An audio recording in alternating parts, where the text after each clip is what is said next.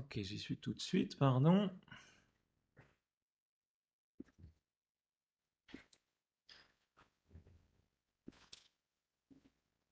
Bien.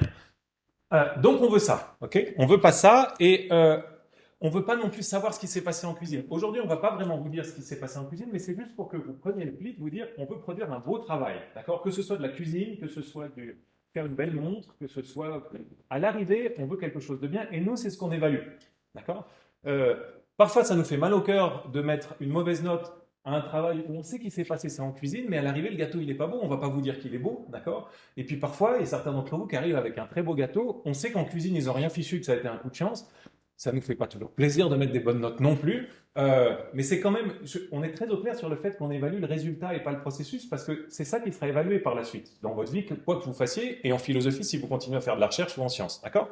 Donc ça, c'est la première chose à garder en tête. Alors, ce qu'on peut faire aujourd'hui, c'est décrire trois éléments centraux pour faire un beau gâteau à l'arrivée, un beau travail de philosophie. Et on a un moyen mnémotechnique infaillible. Vous avez besoin de trois outils absolument indispensables pour faire ça. Vous avez besoin d'un ballon de rugby, d'un fil rouge et puis d'une lampe frontale très puissante. Vous vous demandez pourquoi il faut tout ça. Maintenant, on va vous expliquer pourquoi il faut tout ça et pourquoi c'est absolument indispensable. Pourquoi est-ce qu'il faut un ballon de rugby pour commencer? Cette saison, vous savez comment avance le rugby. Vous prenez le ballon à un certain endroit et vous essayez de le faire avancer pour l'emmener à un autre endroit. Euh, Quel est le rapport avec nous en philosophie? L'endroit où vous prenez le ballon, c'est ce qu'on appelle l'état de l'art. Si vous écrivez, vous êtes en train d'ajouter du texte à la grande bibliothèque mondiale où il y a déjà beaucoup, sans doute beaucoup trop de texte. Donc vous avez une responsabilité qui est de dire, je pars de là et je vais essayer de faire avancer un peu les choses dans une certaine direction. C'est ça que vous devez apprendre, d'accord? C'est ça le but. Euh, donc votre contribution, une fois que vous avez déterminé l'état de l'art, ça consiste à faire avancer le ballon dans un autre endroit. Je suis parti d'ici, voilà l'état de la recherche aujourd'hui, voilà ce à quoi moi j'ai contribué, j'ai apporté tel nouvel argument, telle nouvelle distinction, telle nouvelle thèse, telle nouvelle objection, tel nouveau contre-exemple. Vous pouvez avancer, il y a plusieurs manières pour vous de contribuer à ça. Mais c'est ça qu'on vous demande. On a conscience que c'est difficile, mais c'est ça que vous devez viser, d'accord? Apporter votre contribution euh, à ce qui existe déjà. Donc ça implique euh, donc l'état de l'art, c'est prendre la recherche où l'on est aujourd'hui pour la faire avancer un petit peu. Euh, Qu'est-ce que c'est que l'état de l'art? C'est vous poser la question où est-ce qu'on en est aujourd'hui sur tel sujet, le sujet qui vous intéresse. D'accord? Alors si vous êtes en train de faire une dissertation, c'est-à-dire une question longue dans vos épreuves écrites, vous n'avez pas beaucoup de place pour l'état de l'art. D'accord? Si je vous demande qu'est-ce que vous pensez de la critique humaine de la causalité, vous allez pouvoir me dire en quelques mots quelle est la critique humaine de la causalité. Ça, c'est votre état de l'art. D'accord? C'est pas très long. Et après, vous allez me dire pourquoi vous êtes d'accord, pourquoi vous n'êtes pas d'accord, qu'est-ce que vous entrevoyez comme contre-exemple ou comme extension possible, etc. D'accord?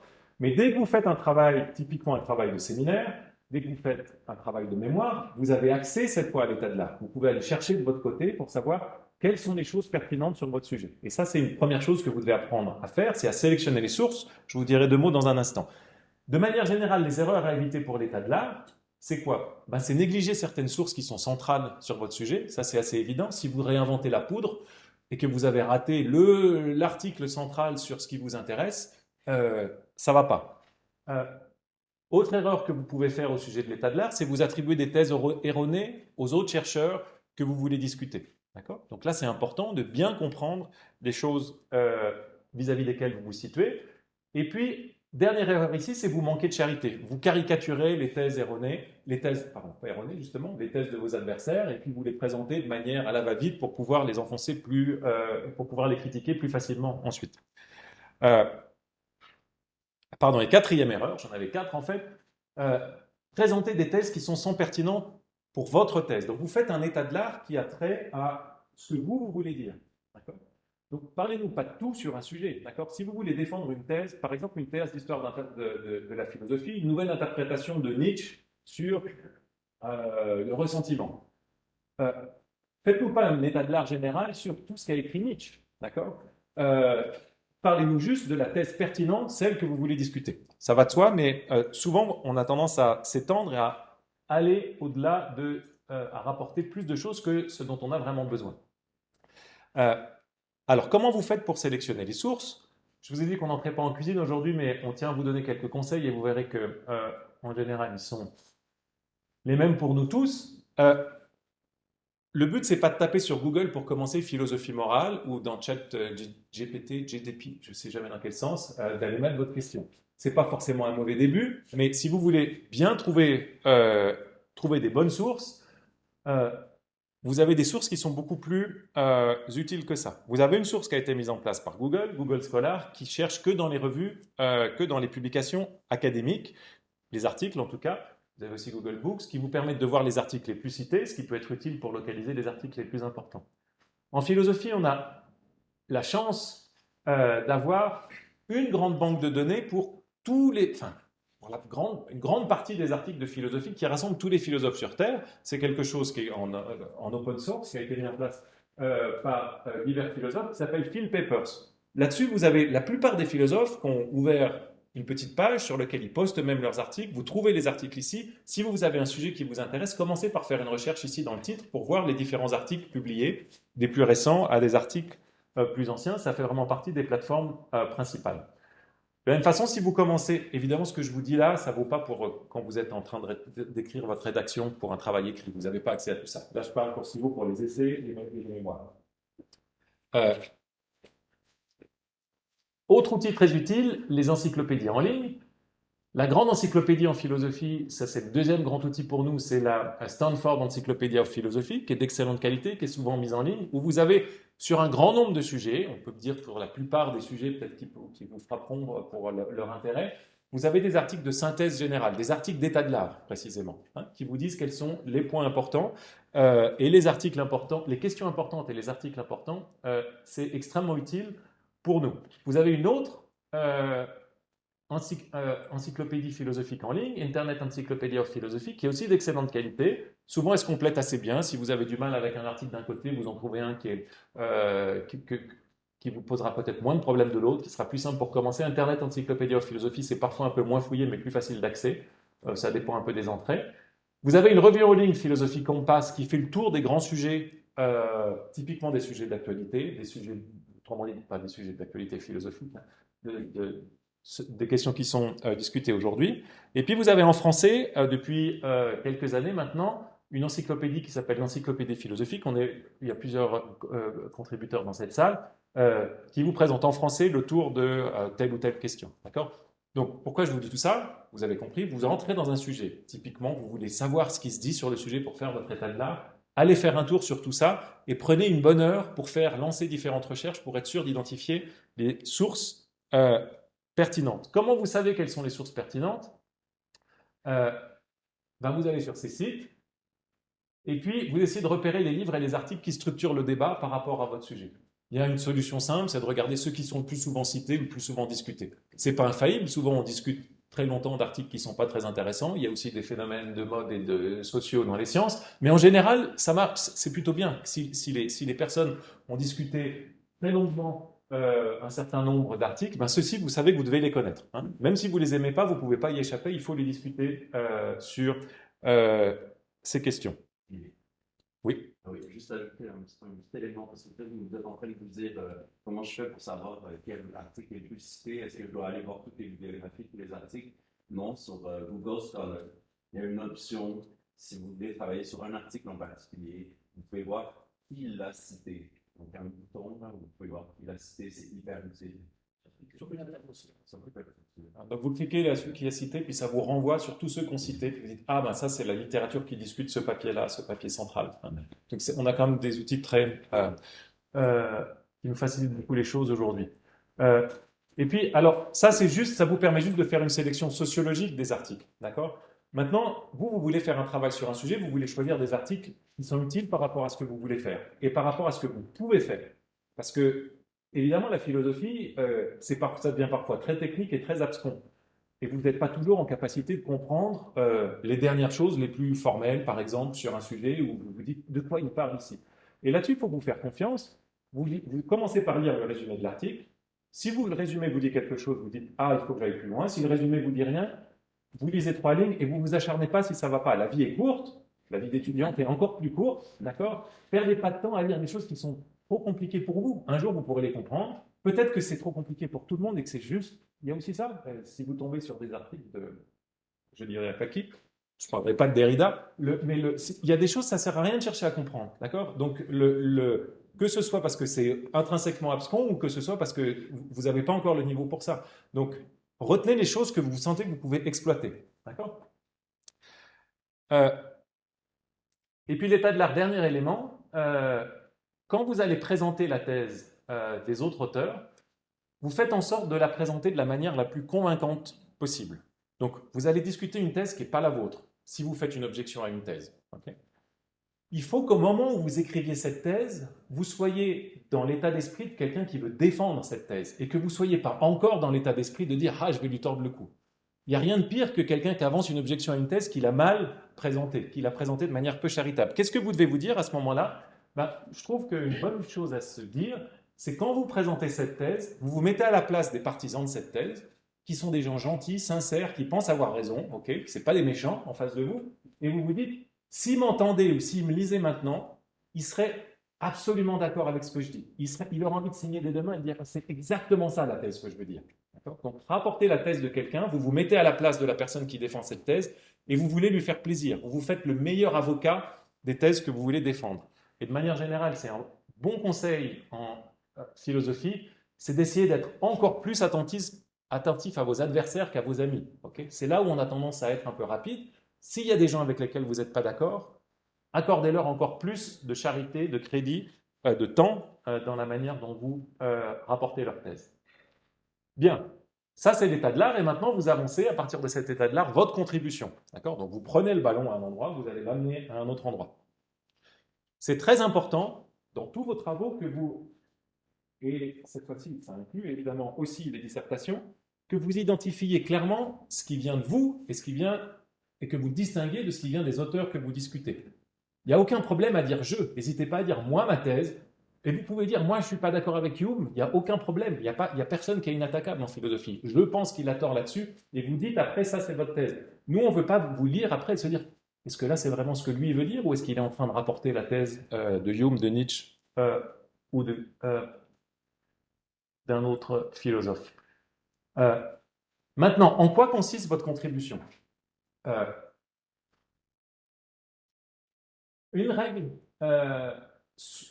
je ne sais pas si elle est générale, mais qui marche en tout cas très souvent, c'est qu'on a tendance à être excité par des thèses très radicales ou très générales, alors que en réalité, la meilleure façon de faire avancer les choses, c'est par petits pas. Donc, même si ça vous excite moins au départ, c'est plus prudent de prendre une petite thèse qui vous semble peut-être très étriquée, très étroite, sans grand intérêt, mais qui à l'arrivée sera beaucoup plus facile à défendre d'une part et beaucoup plus utile à l'avancée de la philosophie. Donc il y a une période en philosophie où on écrivait des grands traités, des grands systèmes qui faisaient tout. On écrivait, si on était au XVIIe siècle, on aurait chacun notre grand traité de la métaphysique, de la nature, de la morale, de la politique, et puis on discuterait de ça. Est-ce que vous êtes plutôt massinien, koslikien, chevarétrico-cestien, je ne sais pas quoi. On ne fait plus ça maintenant, d'accord? On a accepté l'idée qu'il y a une division du travail en philosophie. On ne peut pas tout savoir, il y a des inconvénients de ça, mais on ne peut pas être expert de tout. Donc, on a séparé les choses. Okay? On fait des petits points précis sur telle ou telle partie de philosophie des émotions, de philosophie du droit, de philosophie de la responsabilité, etc. Donc, en quoi peuvent consister vos contributions? Je vous ai donné quelques exemples tout à l'heure. Ça peut être une nouvelle thèse, très circonscrite. Vous pouvez insister sur une distinction qui a été négligée. Vous pouvez avancer une nouvelle objection à une thèse existante. Vous pouvez proposer une nouvelle réponse à une objection qui existe. Vous pouvez proposer un nouvel argument en faveur d'une thèse. Vous pouvez proposer une nouvelle application d'une théorie. Vous pouvez au contraire proposer de restreindre une théorie en disant elle est juste, mais simplement dans certains cas. Vous pouvez proposer un nouveau contre-exemple. La variété est grande, d'accord, mais ce qui est important, c'est qu'elle soit clairement identifiée comme votre contribution et que vous la disiez la plus explicitement possible. Bien, ça c'est pour votre contribution. Et on va passer maintenant au fil rouge. Mais avant de passer au fil rouge, est-ce que vous avez des questions sur tout ça? Donc vous prenez l'état de l'art à un endroit, vous le faites avancer et vous dites explicitement en quoi vous le faites avancer. Ça va? Oui? Bien. C'est très bien. Alors le fil rouge, bon là la métaphore elle est moins difficile à comprendre, mais elle est difficile à réaliser. tout au long de votre travail, encore une fois, dissertation, travail de séminaire, mémoire, de master comme de bachelor, vous devez tenir le cap. Autrement dit, vous défendez une idée, une thèse, du type de celle que je viens de vous mentionner. On vous conseille ici de fixer la formulation de votre thèse une bonne fois pour toutes. Vous la gravez dans le marbre. Parce qu'il y a une manière subreptice de ne pas défendre une thèse, c'est d'en donner une première formulation, un petit peu plus tard d'en donner une formulation différente, encore un petit peu plus tard d'en donner une formulation qui change. À l'arrivée, vous êtes comme une sardine qu'on n'arrive pas à attraper parce que sous prétexte de défendre une thèse, vous en avez défendu 5 de différentes. Et puis, c'est jamais la même, évidemment. À chaque formulation, elle a l'intérêt que vous pouvez la défendre un peu mieux contre certaines objections. Vous autorisez pas à faire ça. Quand vous écrivez, vous essayez de fixer votre thèse. La première fois que vous l'écrivez, souvent, vous allez devoir la retravailler, la réécrire après, dire « Ah non, en fait, ça, j'ai voulu défendre ça comme ça, mais ça ne marche pas. » Donc, vous revenez en arrière sur la formulation de votre thèse, mais tenez-vous à une formulation unique. Et maintenant, la règle d'or du fil rouge, que vous devez vous rappeler à chaque instant que vous posez le stylo sur votre feuille ou le doigt sur votre clavier. Je ne sais plus si on pose encore des stylos sur les feuilles, c'est un petit peu. C'est chaque trace d'encre que vous laissez sur votre feuille ou chaque trace de chaque pixel que vous laissez sur l'écran doit contribuer à faire avancer votre thèse. D'accord ? Jamais vous devez vous autoriser à écrire quelque chose au sujet de quoi vous ne pouvez pas répondre à la question « À quoi ça sert pour défendre ma thèse ?» Si vous faites ça, c'est que vous êtes parti complètement hors sujet. Okay ? Peut-être vous êtes en train d'essayer de faire plaisir à votre professeur pour lui montrer que vous avez lu son article. Si ça ne vous est pas utile pour défendre votre thèse, faites-le pas. D'accord ? Ne mentionnez que les choses qui sont nécessaires pour la défense de votre thèse. Donc, vous proscrivez les digressions, même quand elles vous semblent très intéressantes. Okay ? Vous pourrez faire ça dans un autre travail. Vous proscrivez le fait de mentionner des noms ou des idées juste pour montrer que vous les avez lus. D'accord ? On n'est pas en train d'évaluer, de savoir si vous avez beaucoup travaillé, on est en train d'évaluer, de savoir si vous avez fait un beau gâteau. Donc, on se fiche de savoir, encore une fois, du travail que vous avez fourni, on regarde le résultat et seulement le résultat. Vous évitez de rentrer dans les détails, ça c'est un peu moins évident, mais si vous discutez une théorie, rentrez pas trop dans les détails de la théorie en mentionnant des éléments de la théorie que vous n'allez pas discuter. Ne mentionnez que ce qui est nécessaire à la théorie en question. Ça, c'est votre fil rouge. C'est pas qu'une métaphore. Si vous lâchez le fil rouge, vous êtes comme Tintin dans son scaphandre, vous mourrez sous l'eau. D'accord ? Vous vous noyez complètement. Vous y tenez comme à votre ligne de vie, le fil rouge. Okay ? Donc, rappelez-vous à chaque instant quand vous écrivez pourquoi j'écris ça. Forcez-vous à vous poser cette question. Alors, concrètement, comment ça marche ? Là, on vous a proposé une structure. Je vous propose sur la diapo une structure typique de travaux, mais il y a plusieurs structures possibles. Celle-là, elle a l'avantage de ne pas être risquée. Vous commencez par une introduction dans laquelle vous dites d'emblée, ou après 2 phrases d'accroche, comme on dit, mais très très vite, vous dites voilà la thèse que je vais défendre, que je vais soutenir. Okay. Qu'est-ce que j'ai ? Oui, voilà. Par exemple, je soutiens la thèse selon laquelle on peut percevoir des relations causales. Cette thèse est importante parce que blablabla. Et puis après, vous annoncez comment vous allez faire pour défendre cette thèse. Je vais d'abord soutenir que, vous annoncez votre plan. Hein, vous dites comment vous allez procéder pour faire ça. Deuxième chose, dans le corps de votre travail, pardon, j'ai mis mémoire, mais ça s'applique à tout encore une fois. Vous commencez par un état de l'art. Vous dites, voilà ce que disent les personnes sur le sujet. Hume a soutenu que la causalité ne pouvait pas être vue. Okay ? Ça, c'est un petit état de l'art.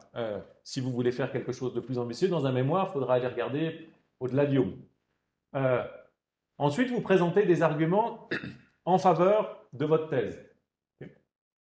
Soit ça peut être des arguments qui sont conclusifs, soit ça peut juste être des raisons qui soutiennent votre thèse, qui vont dans la direction de votre thèse. Mais vous voulez toujours mettre en avant des arguments valides, et pour savoir ce qu'est la validité, je vous renvoie au cours du grand professeur Chevary-Cosset.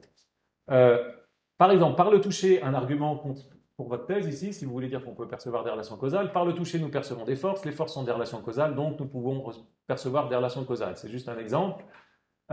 Vous pouvez ensuite répondre à des objections, ça c'est une bonne idée. Quand vous avez défendu votre thèse, vous avez avancé des arguments pour votre thèse, puis là vous vous dites, mais en fait il est fini mon travail.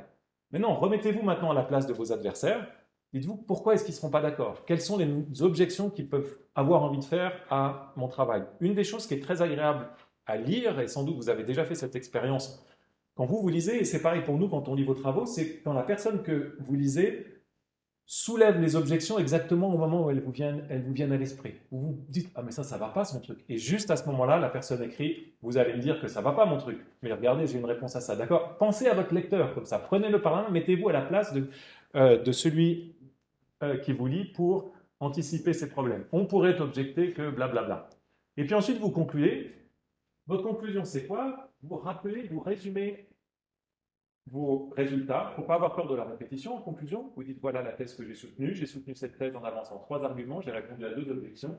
Et puis, vous ouvrez. Qu'est-ce qu'on appelle l'ouverture? C'est typiquement vous esquissez une piste de réflexion. Vous dites maintenant, il reste beaucoup de problèmes, notamment celui-ci qu'on pourrait envisager à l'avenir, ou une objection à laquelle vous n'avez pas pu répondre. Il y a une autre difficulté pour ma thèse à laquelle je n'ai pas pu répondre ici, etc., etc. D'accord? Donc ça, c'est une structure très standard, c'est pas la seule, vous n'êtes pas obligé de faire exactement comme ça. L'état de l'art, parfois, il est un peu inclus dans les discussions, mais en tout cas, il faut que ces éléments, dans un ordre ou dans un autre, y soient. D'accord? Encore une fois, tous les travaux, y compris les dissertations, d'accord? Quand vous avez une question longue à faire, et qu'on vous pose une question, vous devez répondre à la question, et la première chose à dire, c'est quelle va être votre réponse à la question. Okay? Et puis vous organisez, vous dites, vous avez un certain temps, 3 heures pour faire ça, vous dites, je vais d'abord dire ça, puis après je vais conclure, et puis ensuite, pour défendre cette thèse, pardon. Ça va ça? Donc le fil rouge, vous le lâchez jamais, jamais, jamais. Bien, j'ai presque fini. Pour ma part, le troisième outil absolument nécessaire, c'est une lampe frontale très puissante. Pourquoi très puissante? Parce que sans doute une des vertus cardinales de la philosophie, c'est la clarté. Et c'est très difficile d'être clair en philosophie parce qu'on travaille sur des questions difficiles. Donc les 2 buts que vous devez avoir en tête, ici, c'est de voir dans le sens comprendre vous-même ce que vous écrivez et de faire voir dans le sens faire comprendre ce que vous écrivez à votre destinataire, aux personnes qui vont vous lire. Alors on commence par comprendre vous-même ce que vous écrivez. Quand vous lisez, quand vous pensez, essayez de ne pas vous satisfaire de cette compréhension superficielle qu'on a parfois en disant oui, en gros, ça a l'air d'être ça. Forcez-vous à formuler les choses de manière concise, une phrase simple, sujet, verbe, complément, et visez pour votre part une compréhension parfaite de la question qui est en jeu. D'accord? Je vous dis souvent, vous devez comprendre les thèses philosophiques comme vous comprenez des phrases du type « passe-moi le sel ». Ça doit être limpide comme ça. Il ne doit pas y avoir plus de mystère derrière. Si pour vous, il y a un mystère en plus derrière, c'est que vous n'avez pas fini le travail de compréhension. D'accord? Il faut vraiment faire ce travail-là, qui est un travail difficile, mais si vous ne voyez pas vous-même clairement, vous n'allez pas réussir à l'expliquer. Si vous avez l'impression que quelque chose est confus, ce n'est pas une mauvaise nouvelle.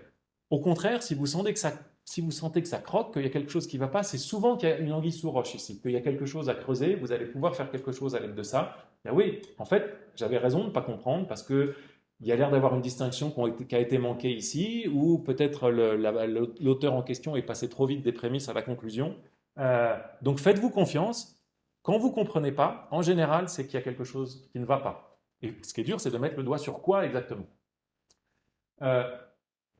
Donc si ce que vous écrivez n'est pas parfaitement clair à vos yeux, ça ne le sera pas pour le lecteur. Je vous rappelle cette citation célèbre de Boileau, ce que l'on conçoit bien s'énonce clairement, et les mots pour le dire arrivent aisément. C'est très bien dit, ce que l'on conçoit bien s'énonce clairement, et les mots pour le dire arrivent aisément. Donc commencez par bien concevoir les choses et ne pas vous satisfaire des choses que vous ne comprenez qu'à moitié. Ça c'est voir. Maintenant on passe à faire voir. Vous devez faire comprendre ce que vous avez en tête aux autres. Si vous avez déjà bien compris, c'est un premier pas, mais ce n'est pas encore fini. Maintenant, vous devez vous faire comprendre de votre lecteur. La première chose qu'on ne saurait trop vous recommander, c'est des phrases courtes. On travaille malheureusement dans une langue, le français qui autorise souvent vous pouvez aussi rendre des travaux en anglais, mais en français, on a parfois tendance à multiplier les relatives. Visez des phrases très simples, sujet, verbe, complément. Essayez pas trop de style. On peut faire de la poésie, on peut faire de l'art, ça c'est très important, et c'est même recommandé d'en faire, mais quand on fait de la philosophie, on est plus humble par rapport au style, on essaye juste de mettre le doigt sur des choses qui sont intelligibles à tout le monde. Vous définissez absolument tous les termes techniques et toutes les thèses et les théories que vous mentionnez.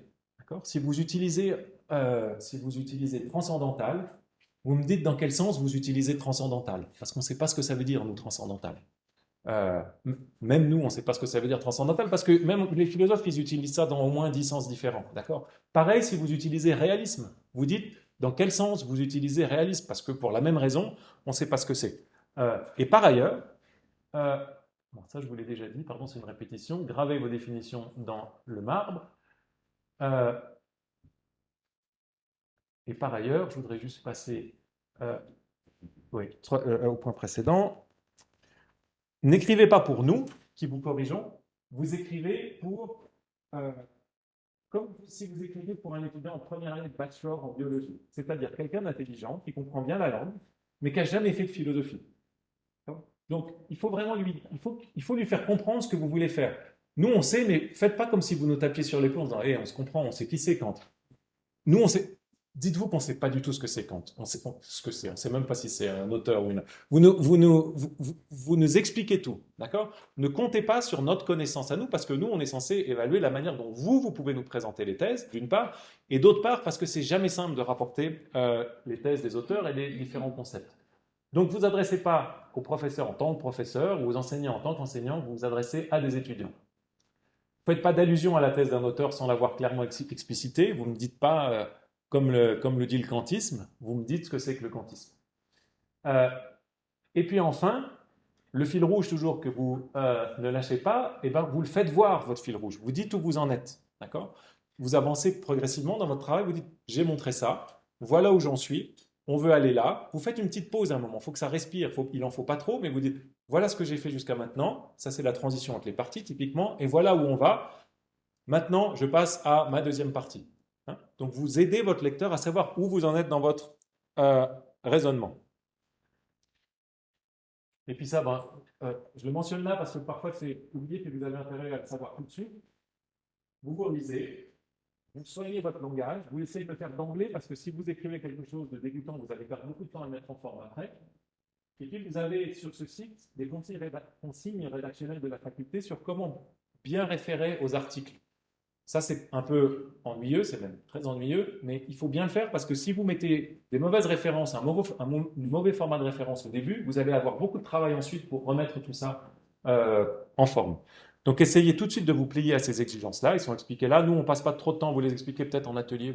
Vous dites quelques mots dessus. Je sais pas, mais il n'y a pas besoin d'en parler beaucoup. Il faut juste que vous lisiez, vous choisissiez un format de référence, un type d'appel à des références et que vous vous y teniez. Bien. Donc vous devez être clair, vous devez être précis. Être précis, c'est faire en sorte qu'il soit aussi facile que possible aux autres de montrer qu'on a tort. C'est ce qui demande du courage. Donc si vous êtes confus, non seulement vous nous énervez, mais en plus vous êtes lâche, d'accord? Donc plus vous êtes clair, plus vous vous exposez. Mais c'est ça. C'est vrai que parfois c'est une opposition à la clarté parce qu'on se dit si je dis ça, en fait on va me faire plein d'objections. C'est pas grave de prêter le flanc à des objections. C'est beaucoup plus grave de ne pas prêter le flanc à des objections parce qu'on vous comprend pas, d'accord? Donc exposez-vous, dites les choses clairement. On ne vous demande pas de dire quelque chose de vrai, ça ce serait super, mais nous-mêmes on n'est jamais d'accord entre nous, donc on ne va certainement pas vous blâmer pour avoir dit quelque chose de faux. Par contre, quelque chose de confus, de mal argumenté, de mal structuré, selon ce que je viens de vous dire là, on peut vous blâmer pour ça. Je me tais. Vous avez besoin de 3 outils pour faire tout travail de philosophie, un ballon de rugby, un fil rouge et une lampe frontale puissance. Vous revenez ça tout le temps, tout le temps, tout le temps, tout le temps. Et quand vous êtes ça, vous avez besoin de plus de chaque fois que maintenant vous avez commencé votre travail, vous allez mettre sur votre bureau une lampe frontale,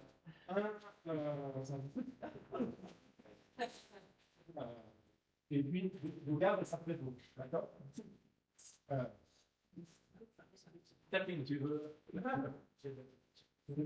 Donc ça, j'arrive avec les cadeaux.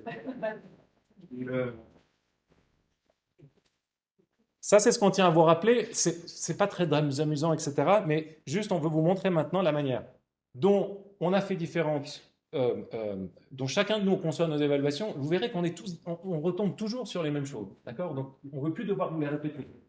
Mais ça, on ne répète plus après. So I will switch to English because these documents are written in English. So this is just, I won't go through it, and those of you who've taken seminars with me, you already know these documents anyway. But if you take a look at it, you will find that this is what I look for as I'm reading your papers, and this actually agrees exactly with what Professor Massin just presented. So you see, I look at structure, introduction, main body, conclusion. How clearly did you state your thesis? How persuasive are your arguments? How well did you summarize everything at the end? Did you include something that looks ahead for something that could be resolved for future research? And then the mechanics of writing, clarity, grammatical mistakes, how much time did you spend revising your paper, editing it, proofreading it? Does it seem to the reader that you've been working from a previously developed outline? And then references. Have you included all of your references? Have you cited your references properly? Have you marked all of your quotations explicitly so that we always know what came from you and what came from someone else? And then have you indicated clearly the division in your paper between introduction, main body, conclusion, and possibly your main body, if it's a longer piece of work like a thesis, then you might divide the main body into further subsection. And then some overall criteria. Does the paper have a clear thesis? Is the thesis original or creative? How persuasive were your arguments? Did everything that you mentioned in your paper contribute to establishing the thesis? How clearly written is it? How charitably did you interpret the people you're arguing against? And economy, so that everything, every time you, as Professor Massin said, every time you add anything, you have to ask yourself, okay, is this comma really required for me to do what I'm trying to do, or every word or every sentence? And then I include some points where your paper could have been improved and some strong features of your paper at the end. So this is the schema I use for every piece of writing that I grade, whether it's a short paper or a long paper or a thesis. It's always the same set of criteria. And then I have another document which basically just explains each of these criteria with a few sentences, but it contains exactly the same content. And then at the end, in the document that I pass out, there's a few more grammatical points that relate specifically to English. So that's it, and our main point is just that all of us evaluate everything we do with respect to the same criteria, whether it's a short paper, a long paper, a thesis, whether it's written in French or in English, it's always the same criteria.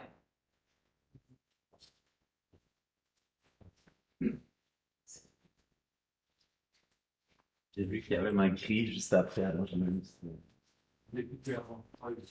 Ah oui, parfait. Alors, je vous présente aussi mes critères d'évaluation. Là. Vous allez voir que c'est à peu près la même chose. Peut-être ce qui peut changer parfois, c'est la pondération d'un évaluateur à l'autre. C'est-à-dire qu'on accorde tous de l'importance à la clarté, mais peut-être que pour moi, c'est la moitié des points. Là. Oui, c'est bon la moitié. Donc ici, vous voyez, je divise en forme et contenu. Donc peut-être ça va un peu moins dans le détail là, que ce que la professeure Kosicki vous a présenté. La limite de mots, c'est très important.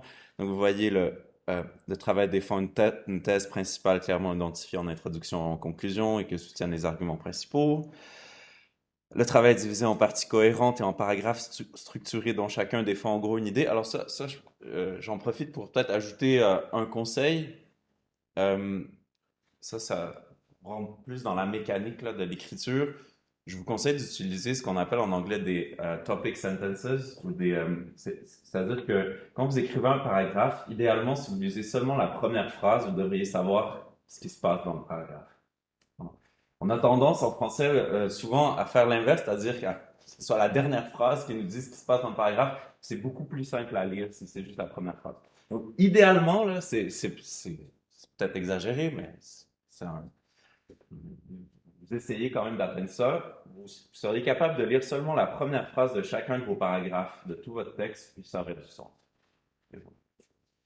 Euh, donc, si vous avez par exemple une thèse que vous discutez, puis vous voulez soulever une objection, il faut absolument que vous changiez de paragraphe. Pour donner un peu une idée, là, ça peut varier. Là. Vous avez des auteurs qui écrivent des paragraphes de 3 lignes, mais vous devriez avoir au moins 3 paragraphes par page. Là. Moins que ça, c'est vraiment inacceptable. OK. Le travail, je dis divisé en parties. Oui, c'est ça, ça va. Le travail ne comprend pas ou peu de phrases incompréhensibles. Donc, ça, c'est important. Donc, de parler de clarté. Moi, ce que je vous suggère, là, ça fait vraiment mal. Mais je vous suggère, pour les premières fois, de lire à voix haute ce que vous avez écrit à vous-même. Ça fait mal parce qu'on a honte un peu, là. Mais je vous suggère de faire ça. Et puis, chaque fois que vous avez lu une phrase à voix haute sans la comprendre immédiatement, c'est parce que c'est incompréhensible, parce que c'est vos phrases. Alors, si vous ne comprenez pas d'un coup, c'est parce qu'il faut réécrire. Ok. Je dis, ça fait mal. Moi, je l'ai fait pour ma thèse de doctorat. J'ai tout relu à voix haute avant de la déposer. Je ne fais pas ça tout le temps, là, mais une fois de temps en temps, c'est bien d'essayer de faire ça. OK. La qualité de la langue est bonne et l'article respecte les normes d'écriture de présentation académique. Là, comme le professeur Massin vous a dit, on ne tient pas à un style de citation. Là, il faut juste que vous en choisissiez un puis que vous y teniez.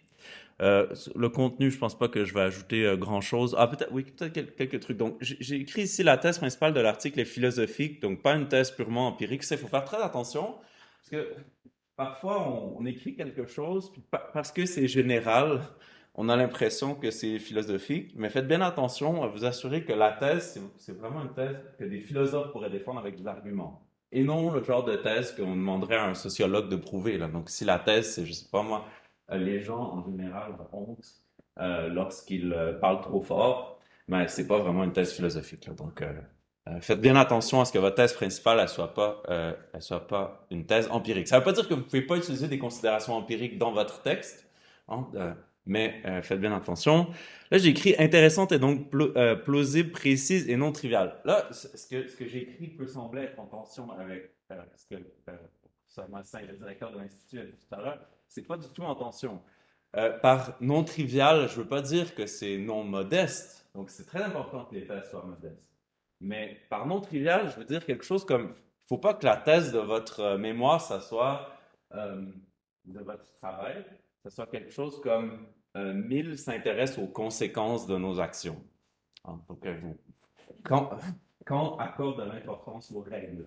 Donc, souvent, là, les thèses triviales, là, ça va être des thèses où vous allez décrire ce qui intéresse un auteur ou ce sur quoi l'auteur s'est focalisé. À moins que ça soit vraiment un texte d'interprétation fin sur une question précise, en général, c'est une mauvaise stratégie de définir la thèse principale de cette façon-là.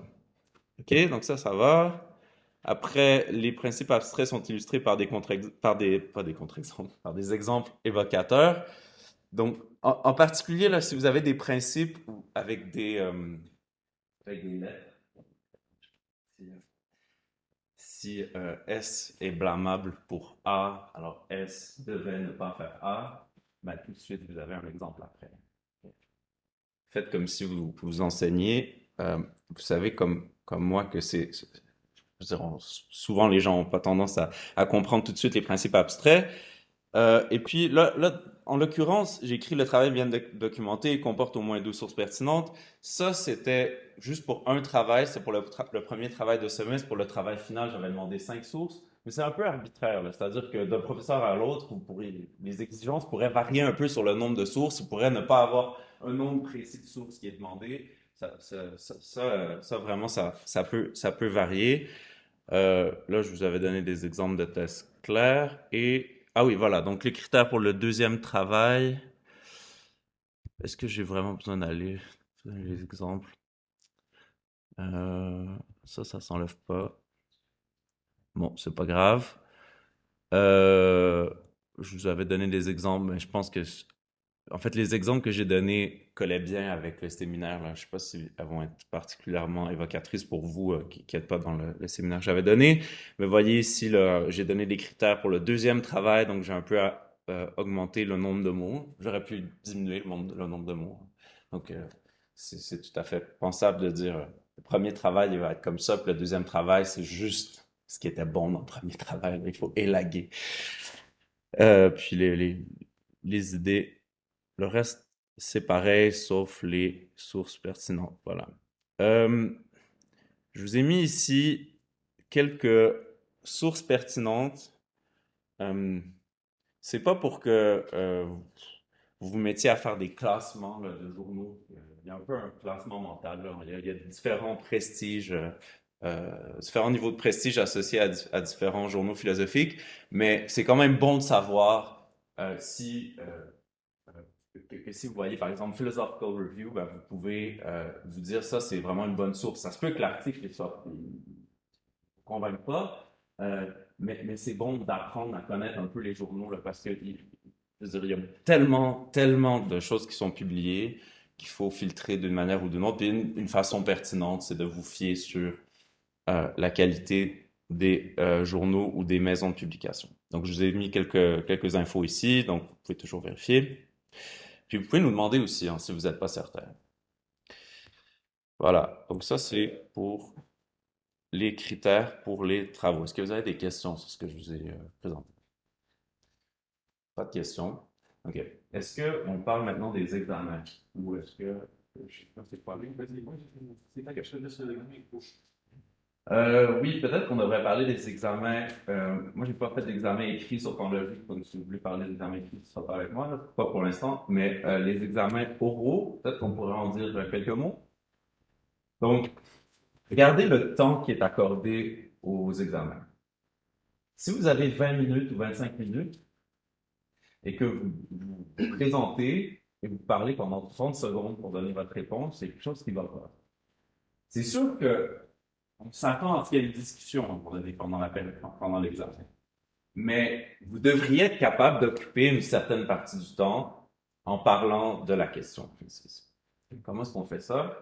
Ça me permet de revenir sur un des points euh, sur le fil rouge. Souvent, il y a des petits pièges dans les questions, dans les examens. Même quand il n'y en a pas, c'est pas normal que vous vous présentiez pour répondre à une question et que vous ne parliez pas de toutes les clauses de la question. Si vous avez une question en 2 phrases puis que vous n'avez parlé que de la première phrase dans votre réponse, il manque quelque chose. Si il y a une remarque entre parenthèses puis que vous n'en parlez pas dans votre réponse, il manque quelque chose. Okay. Donc, assurez-vous vraiment de décortiquer la question avant d'y répondre.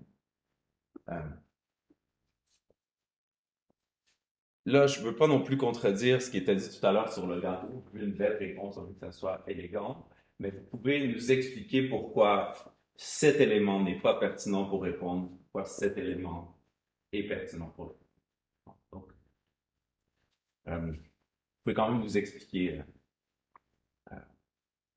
c'est-à-dire qu'il faut que la distinction entre le gâteau et la cuisine soit très claire, mais vous pouvez nous expliquer pourquoi il manque rien dans le gâteau. C'est-à-dire, vous avez une tarte aux fruits, puis il y a juste une sorte de fruit, ben, vous pouvez nous expliquer pourquoi vous pensez qu'il n'y a pas besoin d'avoir des autres sortes de fruits dedans. Est-ce qu'il y a des questions sur les exemples? Non. Okay. L'autre chose qui change pour les examens, c'est des consignes par rapport aux sources que vous avez le droit d'emmener. Donc, il y a des examens oraux, normalement, que le professeur Massin, où vous avez le droit à rien, seulement à votre mémoire. Moi, j'ai tendance à être plus permissif sur ce que vous avez le droit d'apporter à l'examen, c'est-à-dire que je vous permets d'apporter tous les documents écrits ou imprimés. Mais ça veut dire aussi que, en fait, je fais ça pour poser des questions plus difficiles et plus amusantes par le fait même.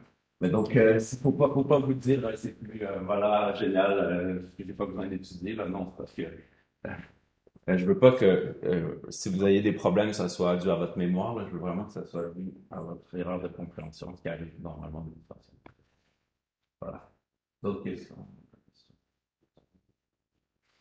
Excellent. Je sais pas si on a d'autres choses à dire. Non, écoutez, je pense que peut-être juste la dernière chose merci beaucoup, professeur Chevalier. La dernière chose, c'est sur les mémoires. Mais donc, vous avez compris que maintenant que les mémoires, c'est la même chose que tout ça, donc il n'y a rien de nouveau. La seule chose qui change avec les mémoires maintenant, c'est que vous devez trouver un sujet et vous devez trouver un directeur de mémoire, hein, que ce soit mémoire de bachelor, mémoire de master. Les directeurs de mémoire, c'est toutes les personnes que vous avez là, plus Antoine Taillard, plus Francesco Franda, plus éventuellement si vous rencontrez quelqu'un d'autre d'une autre université qui accepte de diriger votre mémoire, vous pouvez en parler avec nous, puis on peut discuter de ça. Mais donc, commencez vite à identifier une question qui vous intéresse, même si vous êtes en première année de bachelor ou d'état, j'aimerais travailler là-dessus. Vous regardez ce que les personnes autour de vous font. On a tous ici une page web, un site web où c'est référencé sur le site de l'Institut. Vous regardez le type de travaux qui vous intéressent, et puis vous vous dites, ah ben moi je voudrais travailler sur le domaine de l'agir, qui je vais aller voir ici. D'accord. Donc et puis vous le demandez, mais essayez de. C'est toujours bien d'être au courant aussi de savoir ce que font les personnes autour de vous, parce que ça permet de vous engager un petit peu avec la recherche qui est la plus proche de vous. Et si vous ne trouvez pas, bah vous venez nous voir en disant, moi j'ai pas d'idée de mémoire, j'aimerais bien, dites-moi un truc sur lequel je dois travailler. On ne manquera pas d'idées pour vous, d'accord. Ça, vous pouvez vous nous donner un sujet général et puis on vous donne quelque chose de plus spécifique, d'accord. Donc les mémoires, à partir de maintenant, ça se traite plus individuellement en fonction de vos interlocuteurs. Voilà. De notre côté, ça clôt cette séance, à moins que. Est-ce on a oublié de dire des choses? Est-ce qu'il y a des recommandations très utiles qui sont passées à la fin? Oui. Moi, j'ai juste une question pour les références, notamment dans les plus grands travaux et les références de propres travaux. En fait, comment on doit se référencer nous-mêmes de la même manière qu'on référencerait un article qui est paru ou pas? Ah, vous voulez dire, j'ai déjà montré ça dans mon travail. Par exemple, si j'ai fait un travail de séminaire, que le travail de séminaire m'a mené à faire un mémoire de master, par exemple, est-ce que je pourrais réutiliser ce que j'ai déjà travaillé dans ce mémoire, que ce soit tel quel, ou bien cité, ou bien expliqué? Moi, j'aurais l'impression de voler des crédits, parce que c'est des crédits, donc j'ai obtenu un crédit dans ce premier travail, donc j'utilise ce travail déjà fait pour un autre crédit. Mais dans le fond, pour moi, c'est une chose que je poursuis, et si j'ai besoin de ça et que j'ai déjà fait, vous avez raison de poser la question, donc il ne faut pas voler des crédits, c'est pas bien. C'est un problème que tout le monde a. Enfin, on dit que la pire forme de plagiat, c'est l'auto-plagiat. Publier un nouvel article pour répéter ce que vous avez fait. Moi, je ne trouve pas ça absolument horrible moralement, mais apparemment, il ne faut surtout pas le faire. Mais en tout cas, dans votre cas, il ne faut pas le faire. Donc, ça veut dire que si vous faites un mémoire qui porte sur le même thème qu'un travail que vous avez fait, il faut que ce soit une question différente, une thèse différente. Vous pouvez utiliser des choses que vous avez faites avant, vous ne pouvez pas les citer telles quelles. Enfin, soit vous citez littéralement, c'est peut-être la manière la plus sûre. Vous mettez, si vous avez besoin de 3 lignes de vos conclusions précédentes, vous faites une autocitation, ça paraît être la solution la plus claire. Soit vous citez vraiment, vous mettez la référence à votre article, à votre travail du séminaire précédent, mais vous ne pouvez pas juste prendre le travail du séminaire précédent comme un chapitre de votre mémoire. Pour votre mémoire, on veut dire quelque chose de totalement nouveau. Donc, vous pouvez vous appuyer sur les conclusions que vous pensez avoir obtenues, mais c'est mieux d'expliquer comment vous y êtes arrivé quand même. Et approfondir, vous devez faire quelque chose d'autre, c'est un autre travail, d'accord? Ce n'est pas une reformulation d'un travail précédent. Alors, ça, c'est la question. La politique officielle, normalement, c'est de dire que vous ne pouvez pas intégrer les travaux précédents dans vos mémoires. Ceci étant, après, ça va discuter avec votre directeur de mémoire sur le point précis. Vous dites, ben là, j'ai vraiment besoin de ça. Comment est-ce que je peux faire pour l'intégrer? C'est que je suis pas d'accord avec lui. Vous trouvez un moyen de faire ça qui ne soit pas du vol de crédit, mais là, ce sera plus au cas par cas, je pense. Pardon, c'est une réponse un peu. Vas-y, mais je pense. En général, c'est dur de répondre. Le sujet, un petit peu, moi, c'est vrai que la thèse que je voudrais faire pour le travail de mémoire aurait besoin d'intégrer une thèse que j'ai défendue avant dans un travail. C'est quelque chose de plus grand, mais est-ce que si je fais un chapitre où si je vais reformuler une thèse que j'ai déjà défendue, alors peut-être un peu plus simplement et puis moins dans le détail, mais Une chose très simple à faire en philosophie, et qu'on vous rappelle tout le temps, c'est que vous avez le droit de faire des hypothèses. C'est merveilleux les hypothèses. Vous travaillez sous une hypothèse. L'hypothèse, ça peut être la thèse que vous avez défendue avant. Donc vous dites, dans ce travail, le nouveau, je vais faire l'hypothèse que la thèse complètement absurde que j'ai défendue dans le mois précédent. Ça, vous pouvez parfaitement le faire. Là, vous mettez une petite note, vous dites, pour la défense de cette hypothèse, je l'ai fait dans mon travail, vous documentez clairement votre travail, et en général, vous dites, donnez le titre du séminaire, la personne qui a donné le séminaire, qu'on puisse le retrouver, parce que c'est pas. On ne peut pas trop vous encourager à faire de l'autocitation déjà à votre niveau, je dois vous dire, parce que non, mais c'est juste qu'il y a un problème d'accès aux documents. Vous voyez, si vous faites un travail avec moi dans un séminaire que vous avez fait avec le professeur Fleury Concept, il faut que je puisse accéder. Donc, peut-être si vous faites ça, si vous faites abondamment, joignez peut-être au moment où vous soumettez votre travail, l'autre travail que vous avez fait, qu'on puisse avoir tout sous les yeux, parce que sinon on est. Mais les hypothèses, ça marche très bien, c'est ça qui vous permet de passer à autre chose. D'utiliser les thèses sans la démontrer dans un travail. Pardon?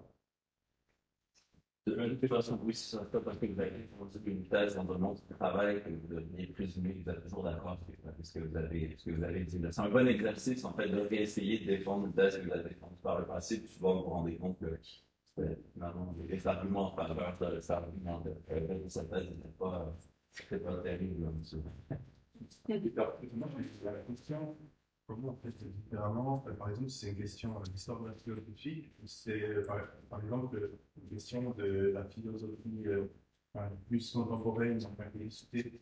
Par exemple, sur le séminaire d'Aristote, je veux bien, par exemple, travailler sur l'intellect argent, mais par exemple, en Thomas Aquin, etc. Et du coup, c'est plus une.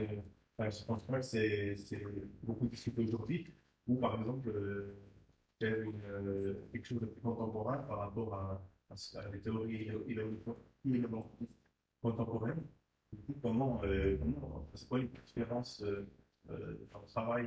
Ouais. Vous faites bien de poser la question. Donc, vous avez deux grands types de domaines et on enseigne les deux. Il y a la philosophie et il y a l'histoire de la philosophie. Pour que vous soyez au clair sur la thèse que vous allez défendre, c'est de la philosophie ou l'histoire de la philosophie. Quand on fait de la philosophie, on essaie de dire quelque chose de vrai au sujet du monde. Toutes les vérités au sujet du monde ne sont pas des vérités philosophiques, il y a des vérités empiriques, comme vous disiez, professeur Chevalier-Bessel, mais il y en a d'autres dont on pense qu'elles sont un peu le précaré des philosophes, les DiCaprio, enfin des choses où on n'a pas trop besoin de regarder, de faire d'observations empiriques. En très gros, et comme ça, c'est sur les thèses philosophiques de Platon. Et vous pouvez prendre ça comme une simplification pour savoir un peu. Donc ça, c'est quand vous faites de la philosophie. Quand vous faites de l'histoire de la philosophie, vous essayez de dire quelque chose de vrai au sujet d'une petite portion du monde, à savoir de ce qu'a dit un auteur. Vous essayez de dire qu'est-ce qu'a voulu dire Aristote, qu'est-ce qu'a dit Aristote quand il a défendu cette thèse. Et vous identifiez. Donc, vous ne cherchez pas à vérifier l'identité d'une thèse en particulier, la vérité d'une thèse en particulier, mais d'une thèse d'interprétation, vous dites qu'est-ce que veut dire Aristote là-dessus? Quelle est la position d'Aristote sur cette question? Il dit ça d'un côté, il dit ça de l'autre, il y a l'air d'avoir une contradiction, comment on peut résoudre la contradiction, d'accord? Mais votre travail est évidemment contraint par l'interprétation que vous voulez donner de l'auteur en question. Donc ça, vous devez savoir au départ. Vous pouvez très bien prendre une thèse d'Aristote et dire Aristote, c'est complètement faux ce qu'il dit ici. Quand vous faites ça, vous faites de la philosophie, d'accord? Vous mettez Aristote dans votre état de l'art, et puis vous dites, Aristote, là, l'homomorphisme, c'est n'importe quoi. Je ne conseille pas de dire Aristote. C'est une demi-blague. Je vous conseille, en fait, on vous conseille de faire ça. C'est très bien de nous rentrer dedans, de ne pas être d'accord avec les options que les uns et les autres on a. On aime ça, le débat. Donc, si vous voulez pas, si vous trouvez que ça ne marche pas, vous n'avez pas allez-y, foncez, expliquez, et vous pouvez avoir la meilleure des notes en argumentant ça bien. Ça, c'est de la philosophie.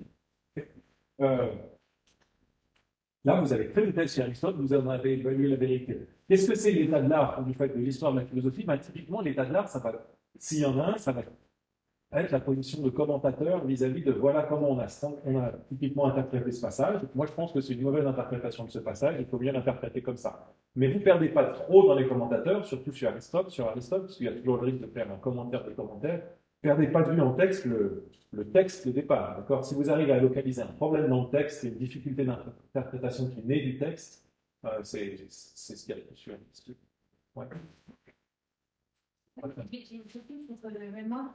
J'ai un peu de peine à comprendre comment il se faire un travail, je ne sais pas combien de pages c'est, mais je pense que c'est beaucoup de pages, si justement on doit être toujours très constructif. J'ai la peine à voir comment c'est développé en étant très clair et très. Vous verrez, dès que vous commencerez à écrire comme ça, vous aurez de la peine à vous dire comment je vais réussir à tenir non seulement 25 pages, 50 pages ou 60 pages, parce que c'est très difficile. Dès que vous commencez à vouloir argumenter une thèse bien, vous voyez tous les problèmes qui explosent et vous voyez toutes les brèches à colmater pour pas aller là. Donc souvent, vous devez donner une version simplifiée de votre défense pour commencer. Vous avez toutes les objections qui vous viennent en tête, vous dites, oh, on va faire semblant de ne pas les voir pour pas complètement perdre le fil. Vous faites un premier paquet de votre thèse, puis après, vous dites, OK, maintenant je sais, vous êtes tous en train de m'attendre avec des objections, on va les prendre une par une, on va avancer. Mais cette peur-là que vous avez, elle vient souvent avant que vous êtes lancé, en vous disant que ça va être très court, en fait. Et dès que vous voulez écrire de quelque chose de très court, selon les contraintes qu'on vise, c'est plutôt dur de faire court que de faire long. Donc, vous inquiétez pas. Ça, vous n'aurez pas cette place plutôt que. Et si on a par exemple une thèse contemporaine d'illomontisme, mais par exemple, je ne sais pas quand elle a un auteur qui a eu cette. Enfin, ces objections, par exemple, les chevaliers. Oui. Alors, la première chose là-dessus, c'est que vous êtes en dernière instance responsable de votre ignorance sur les sujets de votre mémoire. D'accord? Donc là, on vous a donné les outils pour trouver les choses là. Si vous cherchez quelque chose sur l'hélomorphisme aujourd'hui, vous allez taper dans Google Scholar, vous allez taper dans Stanford Encyclopedia, dans les sites de revues que vous avez possède. Si vous arrivez à la conclusion que personne ne défend aujourd'hui l'hélomorphisme et que vous allez être le premier à remettre l'hélomorphisme sur la table, vous avez vraiment raté quelque chose. Vous n'avez même pas été chercher très très loin autour de vous. D'accord? Donc ça, vous devez le faire. Ça, c'est votre travail. D'accord? Votre directeur de mémoire, il peut vous pointer quelques sources que lui a en tête au moment où vous lui posez la question, mais ce n'est pas lui qui a la responsabilité du caractère suffisamment exhaustif de votre état de l'art. Ça fait partie de l'exercice à votre part d'aller chercher sur un sujet. C'est une des choses qu'on évalue. Est-ce que vous savez trouver les sources sur un sujet? D'accord? Donc vous cherchez, quand vous lisez 1 heure sur Google, c'est au moins 1 heure. En plus, quand vous faites un mémoire, vous lancez plein de recherches différentes. Encore et encore et encore pour être sûr d'avoir pas raté la perle rare qui défend la thèse qui vous intéresse. D'accord? Ouais. Je crois qu'on pourrait ajouter, c'est sûr que c'est difficile de présenter quelque chose de véritablement original en philosophie, à moins de parler de sujets mais dites-vous qu'il y a tellement de façons de défendre la même thèse que finalement, les risques là, que vous écriviez exactement ce qui a déjà été dit sont relativement faibles. L'autre chose aussi, c'est que même si le but de l'exercice, c'est de prendre le ballon de l'emmener là, ça ne veut pas dire que ce que vous allez avoir écrit au terme de votre mémoire, là je pense surtout aux mémoires de bachelor, ça ne veut pas dire que c'est publiable, que vraiment c'est original au point où mais c'est juste que c'est un objectif. Donc, si ce que vous avez défendu a été publié, c'était hyper difficile de trouver cet article précis. On ne va pas mettre votre travail à la poubelle. On est quand même dans un cadre pédagogique. Si vous soumettez votre article pour publication dans une revue, on mettrait votre article à la poubelle. C'est-à-dire qu'on vous dirait c'est pas publiable parce que ça a déjà été défendu. Donc, on n'a pas les mêmes standards que les revues, surtout au niveau bachelor, mais on essaie le plus possible de pas répéter ce que les autres ont dit dans le l'annonce. Moi, juste un mini commentaire, on n'en a pas beaucoup parlé, mais tout ce qu'on a dit sur les écrits, ça s'applique plus ou moins à ça durant les présentations de textes dans les séminaires, quand vous présentez un texte qu'on doit lire durant le semestre, plus ou moins tout le monde fait ça ici. Donc vous connaissez plus ou moins les critères en général, vraiment c'est les mêmes pour la clarté, etc. Mais juste un point sur lequel je veux insister et qui peut aussi vous aider vous, c'est quand vous reconstruisez un texte, donc vous trouvez la thèse, vous l'identifiez, puis des fois, ce n'est pas forcément facile, mais en principe, normalement, les auteurs, il y a des dizaines d'articles, que ce soit des romans policiers, des articles de philo. Et donc, on les trouve tout de suite, et ensuite, on identifie les arguments. Donc, en fait, bien sûr, comme vous l'aurez constaté, à part les auteurs qui trempent dans le formalisme, la plupart du temps, ils ne sont pas pris la peine de formaliser leurs arguments sous forme de prémices et de conclusions, même s'ils utilisent les connecteurs en anglais ou en français qui correspondent et qui permettent de voir la structure, mais des fois, il faut oublier les prémices, etc. Et un bon exercice pour la présentation, qui est aussi agréable à avoir sur un OneDrive ou PowerPoint, c'est d'avoir essayé au moins de reconstruire l'argument. Et techniquement, vous devriez, parce que même si à partir du passage dans le texte, il n'y a pas exactement l'argument que vous levez, le principe de charité vous dit que vous devriez essayer de reconstruire pour qu'il soit valide. Donc, en gros, si vous essayez de reconstruire les arguments, vous ne construisez pas des arguments invalides ou incorrects, puisque l'auteur n'a clairement pas mis ça dans son texte, vous les rendez valides, et au pire, vous pouvez indiquer que le passage fait des interprétations différentes. Mais en gros, l'idée, c'est que, par exemple, dans vos présentations, si vous pouvez, mais des fois, c'est vraiment impossible, parce que c'est pas obscur, c'est dans Peter Strawson, vous savez. Mais en général, on peut reconstruire ce forme de prémices. C'est un bon exercice qui prend du temps et ça aide à comprendre l'article. Quand vous n'arrivez pas, souvent, si vous n'avez pas compris l'argument,